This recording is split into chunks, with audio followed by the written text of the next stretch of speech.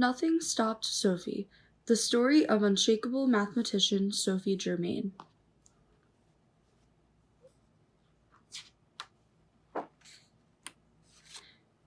Written by Cheryl Bardoe, illustrated by Barbara McClintock. Long ago in Paris, a young girl named Sophie Germain understood that math could do more than measure lengths of silk and tally accounts in her father's shop. In those days, people scoffed at girls for thinking about anything more serious than hair ribbons or what music to play on the pianoforte. But nothing stopped Sophie. Telling Sophie not to think about math was like telling a bird not to soar. Ideas came to Sophie day and night, and she sneaked out of bed to study math while others slept. Monsieur and Madame Germain worried that being smart would bring their daughter heartbreak and scorn. So they seized Sophie's candles, they stopped lighting fires in her room, and they snatched away her warm dresses, desperate to make her stay tucked into bed. Still, nothing stopped Sophie. One morning, Sophie was found bundled in blankets, asleep at her desk next to a pot of ink that had frozen solid.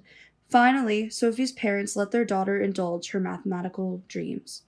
For a girl to become a mathematician would be impossible anyway.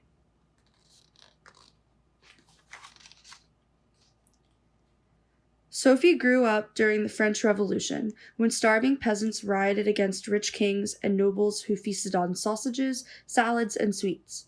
When the streets were unsafe outdoors, Sophie's parents kept her indoors. As cries for equality echoed from the roof tiles, she cherished how math could make sense of the world.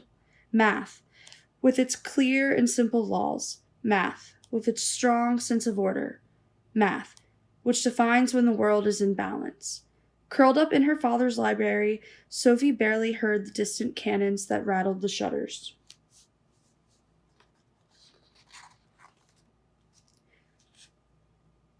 Sophie discovered that mathematicians use numbers as poets use letters, as a language to question, explore, and solve the secrets of the universe.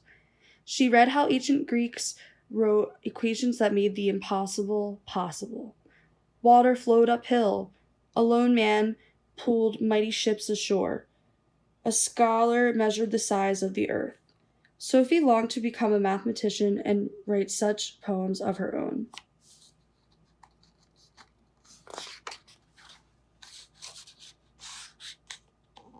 By the time Sophie was 19, the French Revolution had simmered down, and it was safe to walk the streets of Paris again.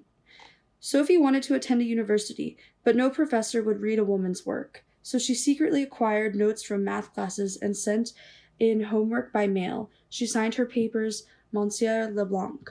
Then one day, a knock came at the door. Professor Joseph Louis Lagrange had come to meet the mysterious student who sent in extraordinary homework without coming to class. We'll never know who received the greater shock. Professor Lagrange could not have guessed that Monsieur Leblanc was a modest young lady in a ruffled blouse with dark hair and a top knot. And Sophie could not have imagined a visit from a world-famous scholar. Was her dream about to take flight?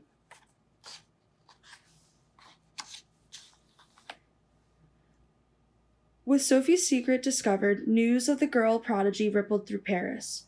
Gossips couldn't imagine a girl so smart until they met her themselves, and soon Sophie's calendar swelled with dinner parties. She hardly knew what to say in these stuffy drawing rooms, surrounded by gawkers and finery. She ached to talk seriously about math, yet no mathematician would take a young lady truly under his wing. Still, nothing stopped Sophie. She kept up her studies. She seized every chance to chat with scholars at luncheons and in salons. Under her pen name, she wrote to one of the most brilliant mathematicians ever. Carl Friedrich Gauss even wrote back, but his letters stopped coming soon after he discovered that Mr. Leblanc was a woman.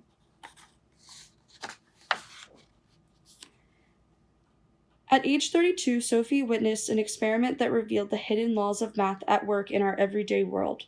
She saw a scientist sprinkle sand onto a glass plate. As he rubbed a violin bow against the plate's edge, vibrations shook the glass until it rang out with sound. Astonished, Sophie watched the sand dance across the plate. It formed circles, then diamonds, then figure eights. The higher the note, the more quickly the vibration shook the plate, and the more intricate the sand's pattern became. Suddenly, Sophie realized that every hand knocking on a door, her own boots clicking along the cobblestones, every motion sent vibration surging through nearby objects just as waves through water.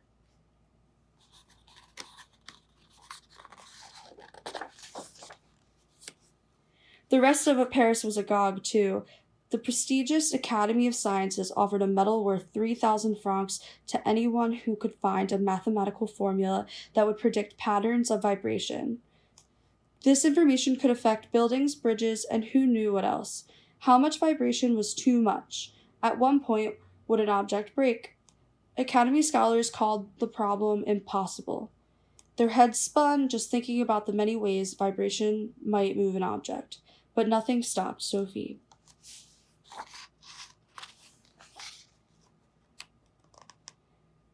Just as math measures how bird wings move up and down during flight, Sophie knew math could measure a surface moving up and down from vibration. She made her best guesses at what would affect this movement. Then she added and subtracted and multiplied and divided. Sophie spent 2 years trying numbers in different combinations to write her equations. Then she submitted her work to the academy, and this time Sophie used her own name. Sophie's work sent shockwaves through Paris. The contest had received only one entry, and it had come from a woman. Yet Sophie's solution was incorrect. When the Academy extended the contest, Sophie returned to work. For 2 more years, she tested her predictions by vibrating sand on plates. Finally, after thousands of calculations, the sand moved just how Sophie's numbers foretold. Her equation was as precise and eloquent as a poem. Sophie submitted the only entry to the Academy again. This time, scholars agreed that her equation was correct, but they rejected her explanation for why it worked. Still, nothing stopped Sophie. She revised her research and submitted it to the Academy one more time. In 1816, Sophie Germain became the first woman to win a grand prize from the Royal Academy of Sciences. After 6 years, she had shaken the Academy enough to shatter its resistance. No one could deny that she was a mathematician now.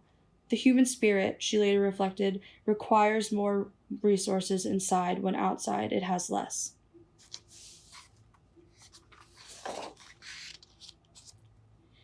After Sophie's work, mathematicians sought even better ways to predict vibration patterns. Eventually, their discoveries made it possible to build the Eiffel Tower in Paris and modern skyscrapers and lengthy bridges all over the world. Sophie is celebrated today because nothing stopped her. Her fearlessness and perseverance have inspired many people. Perhaps she will also inspire you.